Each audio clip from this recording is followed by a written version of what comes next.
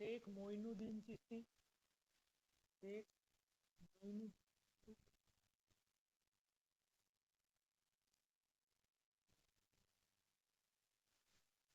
के समय, मोहम्मद गोरी के आक्रमण के समय भारत आए और उन्होंने अजमेर को अपना मुख्यालय बनाया। अजमेर को ही बनाया था ना। अब देखो, इस एक तो हमेशा ये ध्यान रखना, धार्मिक आंदोलन तो ये आंदोलन के रूप में है ना। और आंदोलन क्या होता है, जिसमें आंदोलन हमेशा जिसमें जिस प्रक्रिया से तीव्र गति से चेंज होता हो वो आंदोलन होता है। व्यवस्था में बदलाव आता हो, तो ये नई तरह की चीज थी। अब सूफी नाम क्यों पड़ा, देखो सूफी नाम कैसे पड़ा। सूफी शब्द के लिए दो दो बातें हैं। एक तो कहते हैं सूफी शब्द बना है सफा से, और सफा का अर्थ क्या होता है, पवित्र। तो कि सूफी संत वो लोग थे जो पवित्र जीवन व्यतीत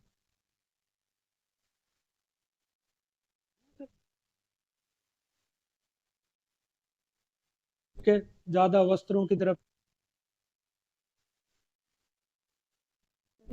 ऊन को कहते हैं, ठीक है। तो दूसरा क्या बोलते हैं, सूफ।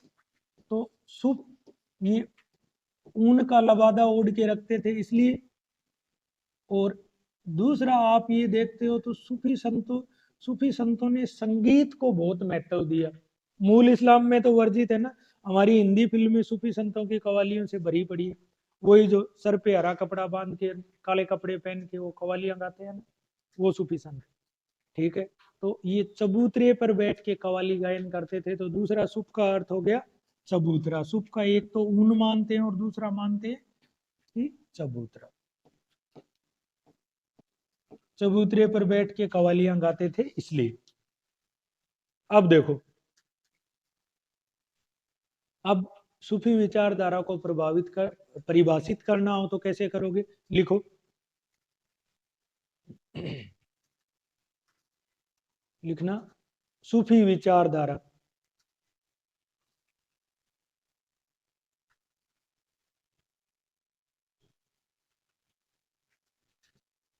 इस्लाम की वह विचारधारा जो एकेश्वरवादी है,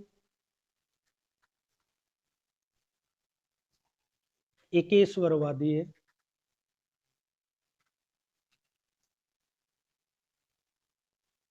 जो, कोमा करके लिखना, जो, पर ब्रैकेट में लिखना, अल्लाह एक है, अल्लाह एक है, और और सब कुछ अल्लाह में है, में विश्वास करती है।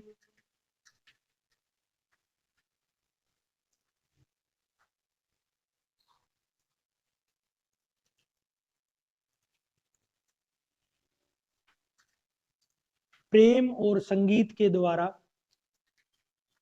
प्रेम और संगीत के द्वारा, प्रेम किससे, अल्लाह से, प्रेम और संगीत के द्वारा अल्लाह के साथ एकाकार होने की बात करती है, एकाकार होने की बात करती है, एकाकार होने की बात करती है। इस परंपरा में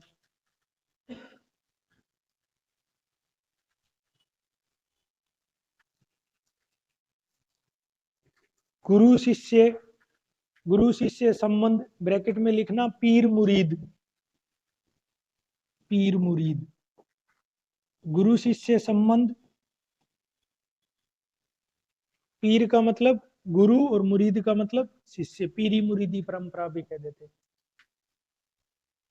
पीर मुरीद परंपरा और संगीत को अत्यधिक महत्व दिया जाता है।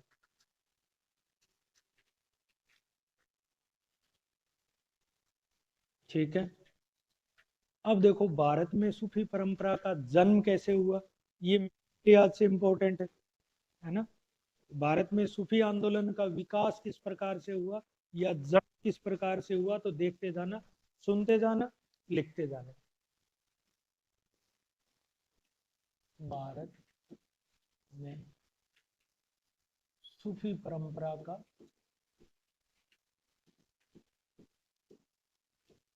विकास।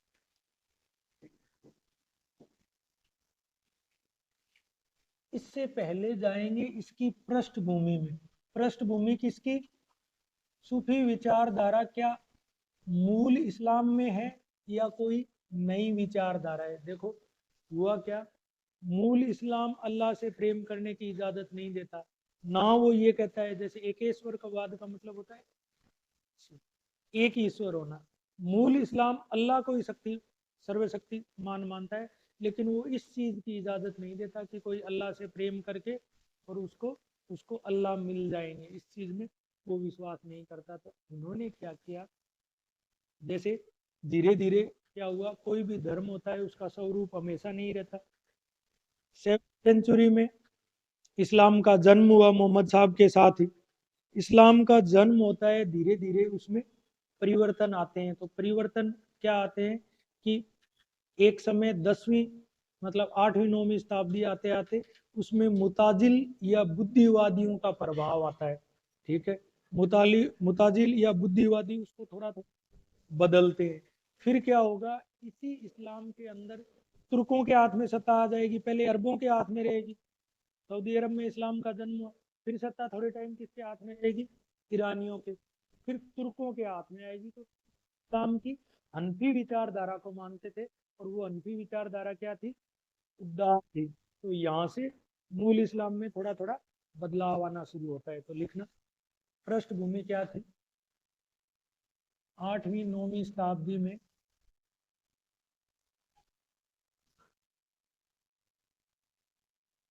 इस्लामिक जगत में इस्लामिक जगत में मुताजिल का मतलब होता है बुद्धिवादी। मुताजिल या बुद्धिवादियों का बोलबाला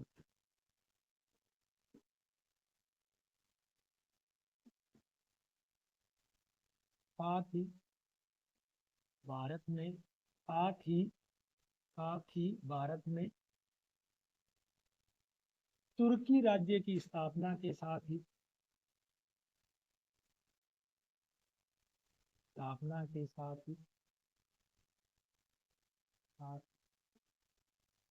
उन्होंने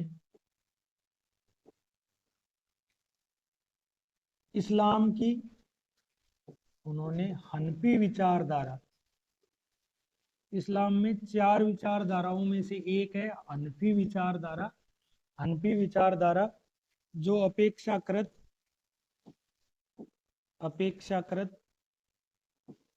उदारथी को अपनाया।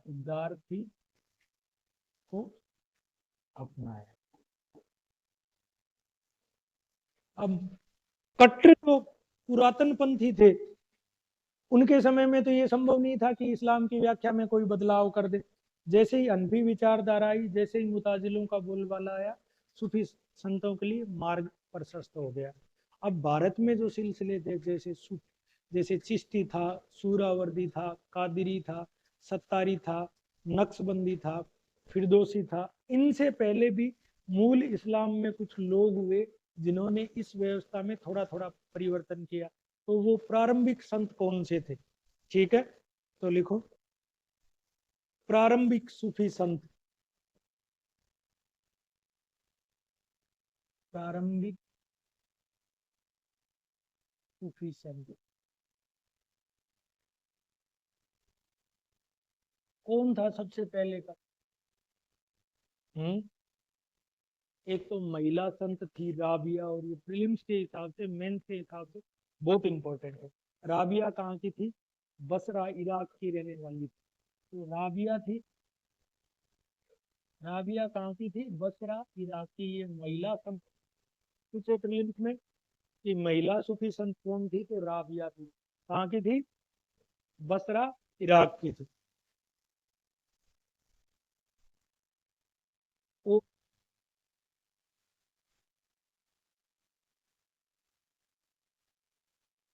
ये जैसे थी 7वीं शताब्दी में, और मंसूर बिन हल्लाज आएगा 8वीं शताब्दी में। तो जो मूल इस्लाम को मानने वाले थे वो लोग उसको मंसूर को फांसी लटका देंगे, ठीक है। फिर आएगा मंसूर बिन हल्लाज।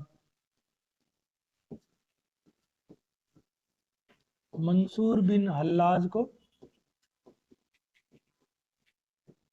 फांसी की सजा होगी।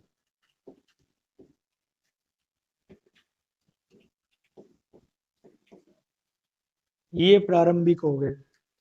फिर इनके बाद आएगा एक व्यक्ति अल गज्जाली, जो पर्शिया ईरान का होगा। कौन आएगा? अल गज्जाली।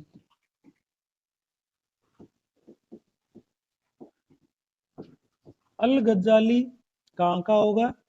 ईरान का संत, ईरान का सूफी संत। ये कोशिश क्या करेगा कि शिया और सुन्नियों के बीच में एक तो मतभेद खत्म करने की कोशिश करेगा। बताया था ना शिया और सुन्नियों में क्या अंतर है। देखो, पैगंबर मोहम्मद साहब के बाद जो जो आगे इस्लाम में खलीफा बनने शुरू हो गए, तो कौन कौन बने? अबू बकर, उमर, उस्मान और अली। तो जो शिया है वो अली से शुरुआत करते हैं, और अबू बकर, उमर और उस्मान को वो खलीफा मानते नहीं है। सुन्नी उसको मानते हैं। और इस्लामिक कंट्री शिया कौन कौन से हैं वर्तमान में? शिया में अपना ईरान में ज़्यादा है, थोड़े बहुत इराक में। जो अयातुल्ला खमेनेई है ना, लंबी दाढ़ी वाले बाबा, लगातार न्यूज में रहते हैं, वो शिया संप्रदाय के प्रमुख है। शिया सुन्नियों का संघर्ष इस्लाम में हमेशा से चर्चा में रहा है, ठीक है। तो ईरान का सूफी संत था, इसने क्या कोशिश करी? इसने ये कोशिश करी कि जो इस्लाम का एकेश्वरवाद था, इस्लाम का तो मूल एकेश्वरवाद है ना, और सूफी रहस्यवाद जो है, सूफी रहस्यवाद में समन्वय करने का प्रयत्न किया। मेंस के हिसाब से इंपॉर्टेंट है, समन्वय करने का प्रयत्न। 15 शब्दों में जो आता है ना, उसमें अल गिजाली बहुत इंपॉर्टेंट। इसने कोशिश करी, सूफी एकेश्वरवाद के साथ साथ रहस्यवाद को भी मानते थे, ठीक है। इसने क्या कोशिश करी? अल गज्जाली ने कोशिश करी कि इस्लाम का एकेश्वरवाद और सूफी रहस्यवाद में समन्वय। हिंदू धर्म एकेश्वरवादी है या बहुदेववादी?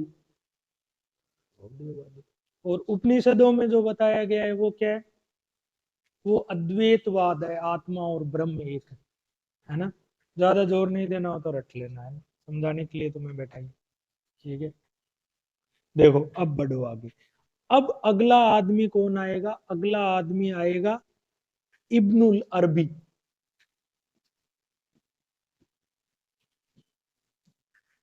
इब्न उल अरबी।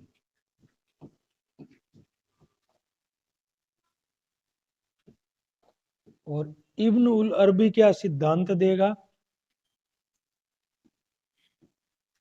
वहजत उल वजूद का सिद्धांत देगा। वहजत उल वजूद का क्या मतलब हुआ?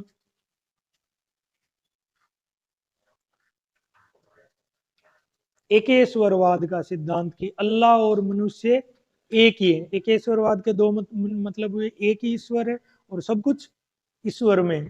तो ये वहदत उल वजूद का सिद्धांत देगा। इसका अर्थ क्या होगा? एकेश्वरवाद का सिद्धांत। और ये ही सूफी धर्म की मुख्य मान्यता है, एकेश्वरवाद का सिद्धांत।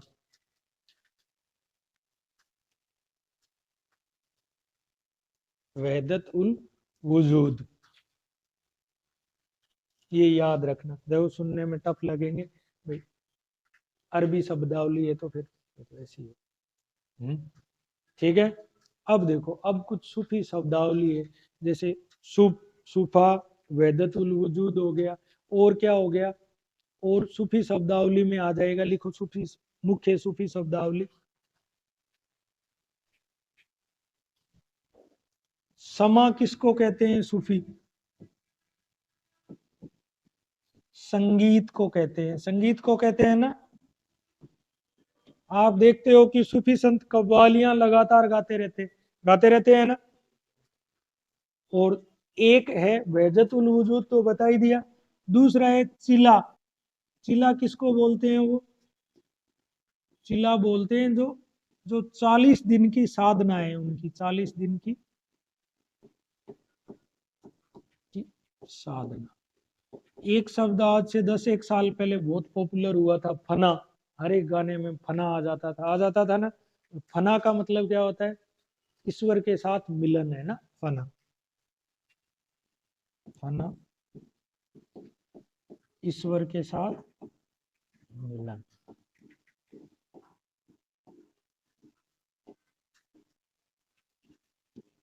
एक ये गुरु शिष्य है ना।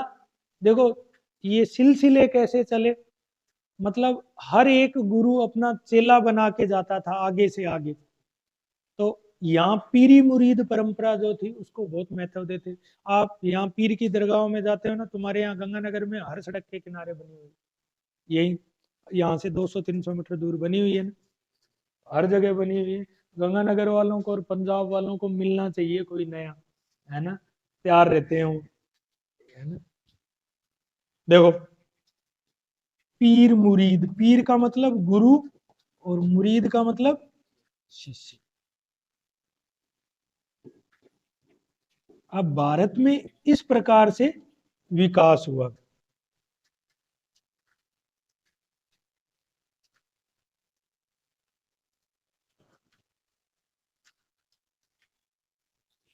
अब देखो इधर ये सिलसिले भी है ना।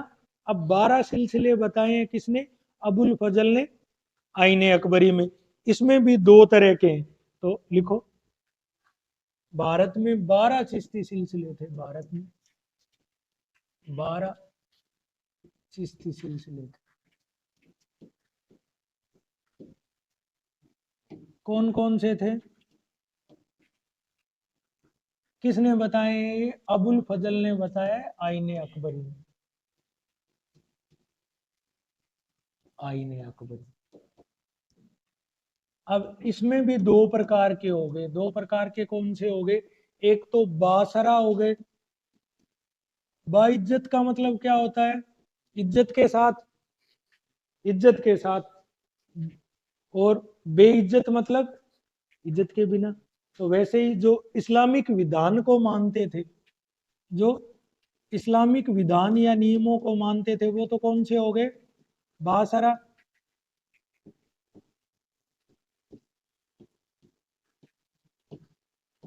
और जो नहीं मानते थे वो बेसरा। बेसरा कौन से थे? जो इस्लामिक नियमों को नहीं मानते थे।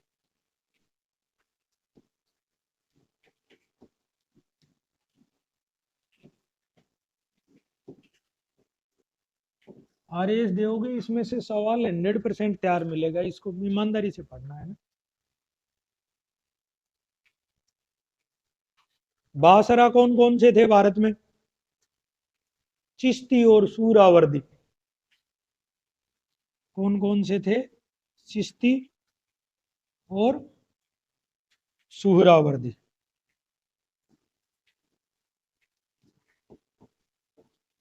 बासरा थे। बाकी बेसरा सारे हो जाएंगे, कादिरी हो जाएगा, सत्तारी हो जाएगा, फिरदोसी हो जाएगा और नक्शबंदी भी हो जाएगा। तो ये दो थे, बासरा ये थे। अब देखो भारत के सूफी सिलसिले। भारत के सूफी सिलसिले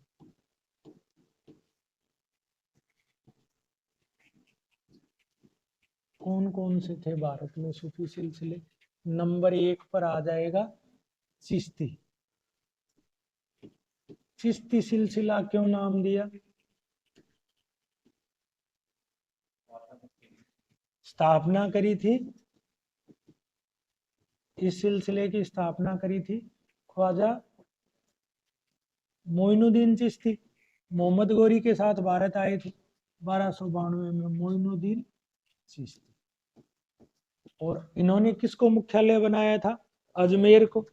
और यहाँ उर्स भरता है हर साल, ठीक है।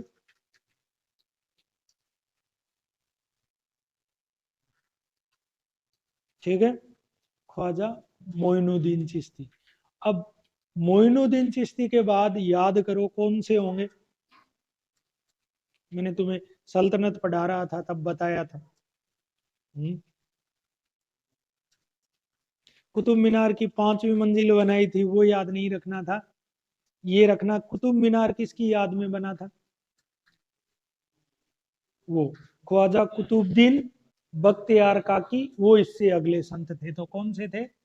ख्वाजा कुतुबुद्दीन बख्तियार काकी। ये कहाँ रहते थे? दिल्ली में थे। और इन्हीं की याद में बनी कुतुब मीनार। और किसने बनाई? ऐबक ने। और पूरा किसने किया? इल्तुतमिश ने। ठीक है। तो मोइनुद्दीन चिश्ती की दरगाह इतनी महत्वपूर्ण थी, आज भी लोग जियारत करने जाते हैं। और अकबर जाता था ना, इन्हीं मोइनुद्दीन चिश्ती का पोता कौन था? शेख सलीम चिश्ती, जिसकी कहाँ बनाई, जिसकी याद में जैसे उनकी जैसे शेख सलीम चिश्ती की दरगाह कहाँ है? फतेहपुर सिकरी में है ना। अकबर वहां जाता था, इसलिए जहांगीर का नाम उसने सलीम रखा। तो और महत्वपूर्ण सीक्वेंस में बढ़ते हैं आगे, है ना। देखो अब इसके बाद कौन आएगा? इसी परंपरा में आएगा। तुम्हारे पंजाबी गानों में बाबा फरीद का नाम बहुत आता है क्या?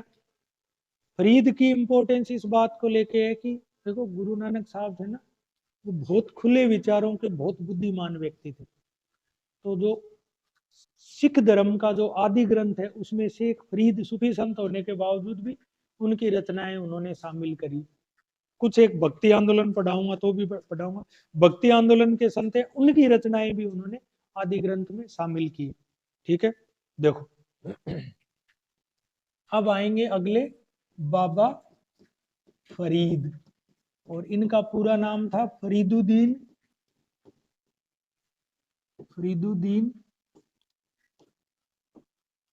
इनको गज ए शंकर भी कहते थे, गज ए शंकर।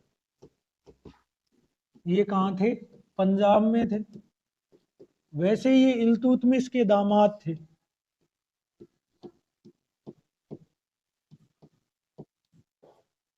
और इनकी रचनाएं कहाँ हैं? इनकी रचनाएं हैं सिखों के पवित्र ग्रंथ आदि ग्रंथ।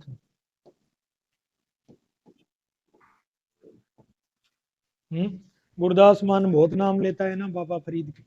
या सूफी गाने वाले एक वो नए सिंगर हैं दुबले पतले से, उनका क्या नाम है? क्या नाम है रिंकू?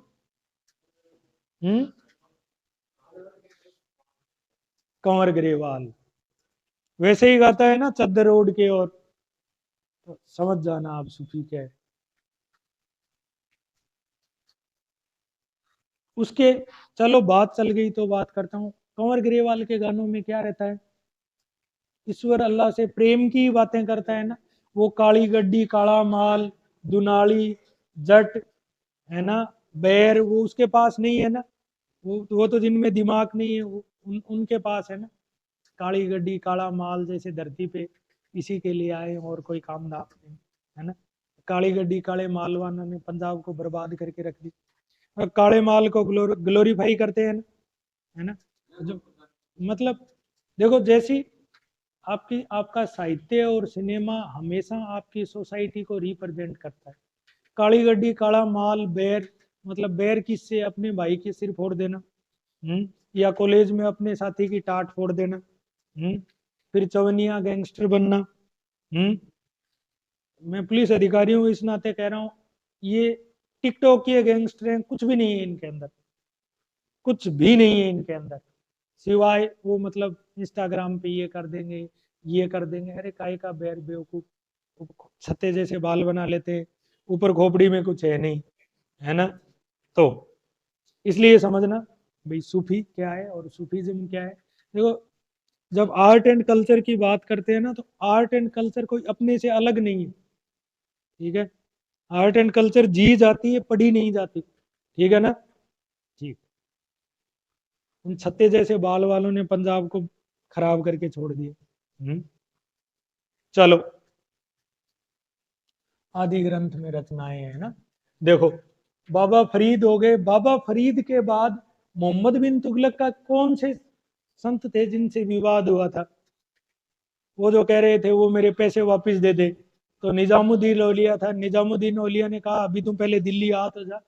दिल्ली से बाहर गयासुद्दीन तुगलक का विवाद हुआ था। मोहम्मद बिन तुगलक पिता का स्वागत करने गया, वो दब के लकड़ी के महल में, गयासुद्दीन तुगलक दब के मर गया, तो निजामुद्दीन औलिया की प्रतिष्ठा में जबरदस्त वर्दी हुई। तो अगले संत कौन आएंगे? दिल्ली के निजामुद्दीन औलिया।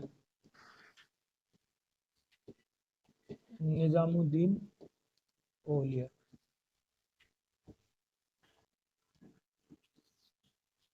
निजामुद्दीन औलिया का विवाद किससे हुआ था? गयासुद्दीन तुगलक से।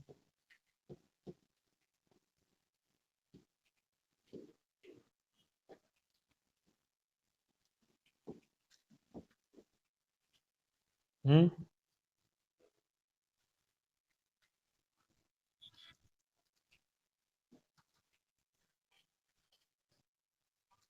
निजामुद्दीन औलिया का विवाद हुआ गयासुद्दीन तुगलक से। फिर निजामुद्दीन औलिया ने कहा कि मुझे मेरी कोई कब्रगाह बनाने की जरूरत नहीं है, मेरे को तो खुले में धूम में दफना देना। पर वो तो मोहम्मद बिन तुगलक ठहरा, उसने इनकी बढ़िया सी शानदार सी कब्र बनाई मार्बल की, ठीक है। इनके शिष्य कौन थे निजामुद्दीन औलिया के? देखो, निजामुद्दीन औलिया गरीबों में बहुत लोकप्रिय थे गयासुद्दीन तुगलक से। इसी बात का तो विवाद था, गयासुद्दीन तुगलक ने उनको धन दिया, सूफी संत होते हुए, उन्होंने उस धन को गरीबों में बांट दिया, है ना। तो आगे इनकी मुख्य मुख्य बातें लिखाऊंगा। जैसे ये धन संपत्ति से मोह नहीं रखते थे। इनके बाद सूरावर्दी आएंगे, वो पूरा ही, वो सारा मोह ही उनका धन संपत्ति से था। तो मतलब सारे सूफी सिलसिले एक जैसे नहीं थे। इनके शिष्य कौन होंगे? शेख निजामुद्दीन, रेलवे स्टेशन है ना दिल्ली में, शेख निजामुद्दीन, जिनको चिराग दिल्ली कहते हैं। तो निजामुद्दीन औलिया शिष्य कौन आएगा? शेख निजामुद्दीन, जिनको, इन्हीं के शिष्य थे शेख निजामुद्दीन, जिनको क्या कहते हैं? चिराग ए दिल्ली। चिराग का क्या मतलब होता है? उज्जवल, क्या मतलब होता है चिराग का? रोशनी, दीपक। तो लोग पसंद करते थे इसलिए।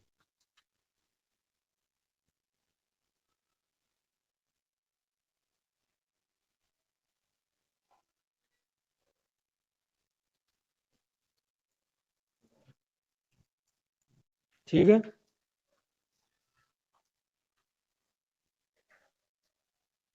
देखो, निजामुद्दीन औलिया, गयासुद्दीन शेख निजामुद्दीन, चिराग दिल्ली। इसके बाद में है ना कुछ संत होंगे जो दक्षिण भारत में इस चीज की नींव डालेंगे। तो दक्षिण भारत में भी कुछ सूफी संत होंगे। तो दक्षिण भारत के कौन कौन होंगे? दक्षिण भारत के सूफी संत,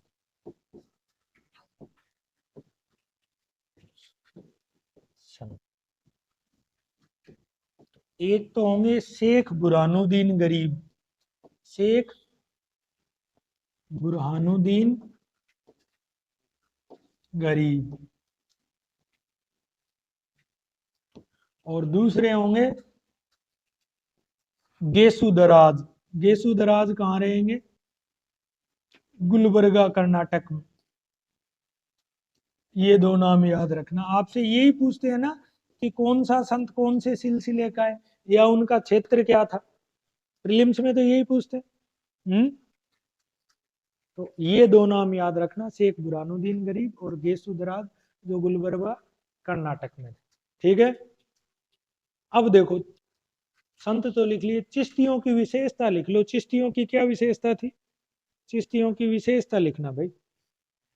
चिश्तियों की विशेषता ये थी कि चिश्तियों की विशेषता,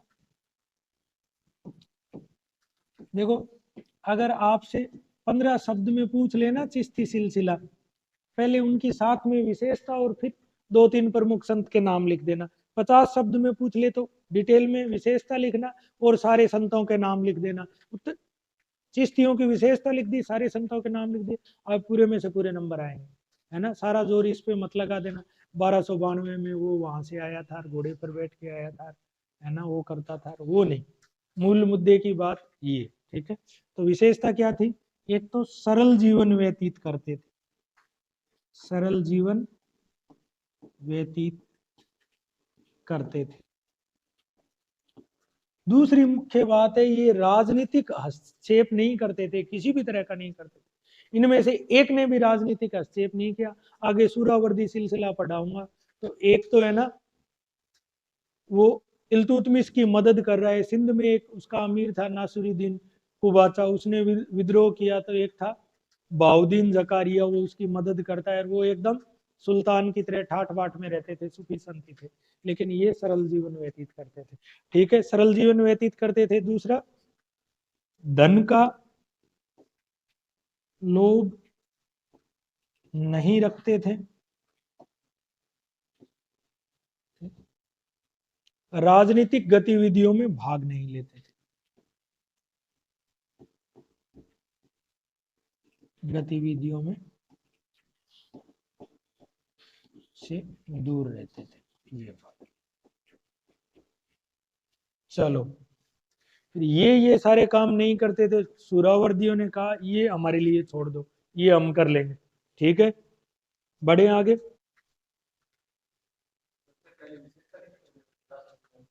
बिल्कुल विशेषता नहीं, वो तो हर कोई लिख के आएगा, मोइनुद्दीन चिश्ती घोड़े पे बैठ के 1292 में, मोइनुद्दीन तो जो चेक तो करेगा वो तो हिस्ट्री का प्रोफेसर होगा ना, वो समझेगा आ गया पढ़ के गाइड से। सिखा देंगे, मेंस के आंसर राइटिंग सिखाएंगे, कम कम नॉलेज हो तो भी, अगर आंसर राइटिंग मतलब जिसका लेखन कौशल ठीक है, जिसको समझ आता हो क्या पढ़ना है कैसे पढ़ना है, बिल्कुल दिक्कत नहीं। ये सिंपल सा मेंस की थ्योरी क्या है, मेंस की थ्योरी है, आप जैसे क्लास में 50 लोग हो, 50 में से हाईएस्ट नंबर किसको मिलेंगे, जिनकी 2 की कॉपी सबसे अलग है, उसी को मिलेंगे ना। उसने कुछ फ्लो चार्ट बनाए, कुछ पाई चार्ट बनाए, कुछ मैप्स बनाए, उनके ही आएंगे, या उन्होंने जैसे पॉइंट से लिखा है, पॉइंट वाला पॉइंट को लिखना है ना। अब भारत में, या ये कह दे कोई आरंभिक भारत में, या ये कह दे कि मूल इस्लाम में सूफी धर्म का विकास कैसे हुआ, तो ये तो पॉइंट वाला नहीं बनता। कोई ये कहे कि भारत में सूफी सिलसिलों को विस्तार पूर्वक समझाइए, तो पॉइंट से लिख सकते हैं, है ना। तो जो सबसे ठीक लिखेगा उसी के मार्क्स आएंगे ना। देखो, अब आओ सुहरावर्दी सिलसिला,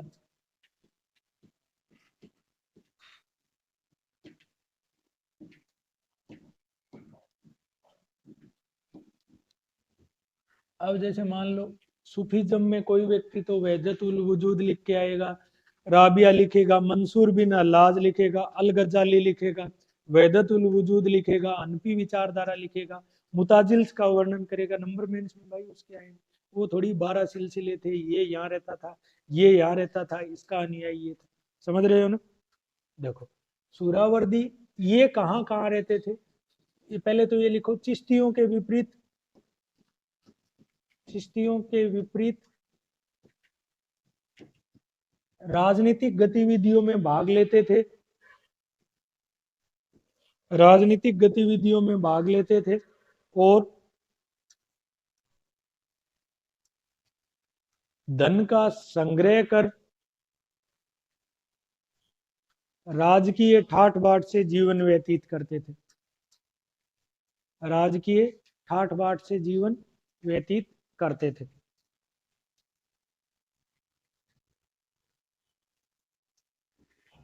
इनका एरिया कौन सा था, कहाँ रहते थे, सिंध और मुल्तान में, यही आया था इस बार प्रीलिम्स में, सिंध और मुल्तान, सिंध और मुल्तान।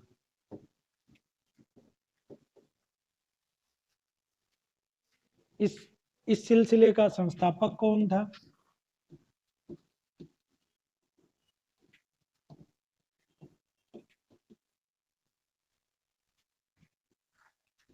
शेख शिहाबुद्दीन सुहरावर्दी। शेख शिहाबुद्दीन सुहरावर्दी। भारत में संत कौन कौन से थे देखो।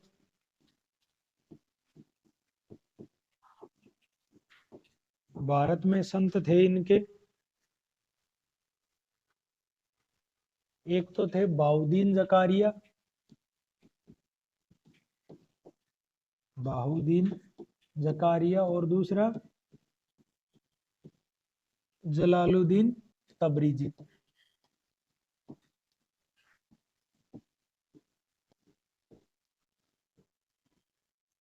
बाउद्दीन जकारिया ने क्या किया? इल्तुतमिश की सहायता करी।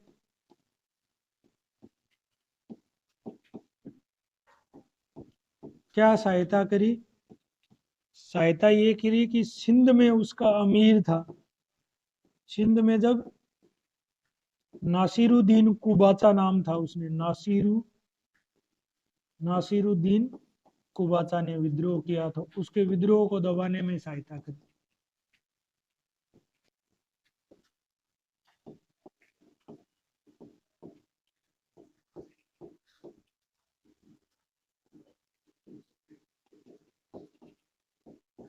ठीक बात है, इसके विद्रोह को दबाने में सहायता करी।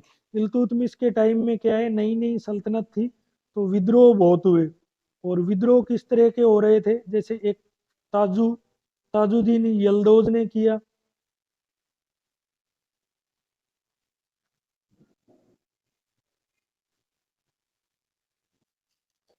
ठीक है। अब ये हो गया अपना सुहरावर्दी सिलसिला। अब कौन आएगा? कादिरी सिलसिला।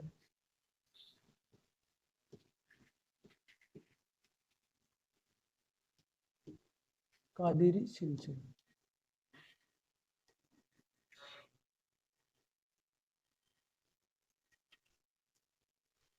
इसकी इसकी संस्थापना कौन करेगा? कादिरी सिलसिले की संस्थापक होगा अब्दुल कादिर जिलानी। उसमें एक बात लिख लेना है ना, सुहरावर्दी में देखो, सुहरावर्दियों के दो छोटे छोटे आगे सिलसिले और थे, एक तो फिरदौसी और एक सत्तारी। कहाँ थे ये फिरदौसी और सत्तारी? सुहरावर्दी की दो शाखाओं के रूप में। एक तो फिरदौसी, सुना है क्या नाम कभी? और सत्तारी, ये कहाँ थे? बंगाल बिहार में, है ना। सुहरावर्दी की शाखा थी ये एक तरीके से, बंगाल और बिहार में, बंगाल और बिहार में थे फिरदौसी और सत्तारी, ठीक है। अब्दुल कादिर जिलानी थे। अन्य संत कौन थे? मियां मीर। और मियां मीर का चेला कौन था? अपना दारा सिखो।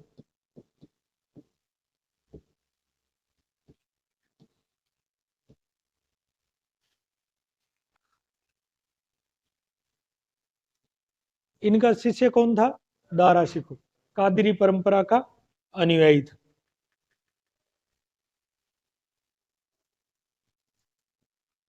बाकी करते हैं कल।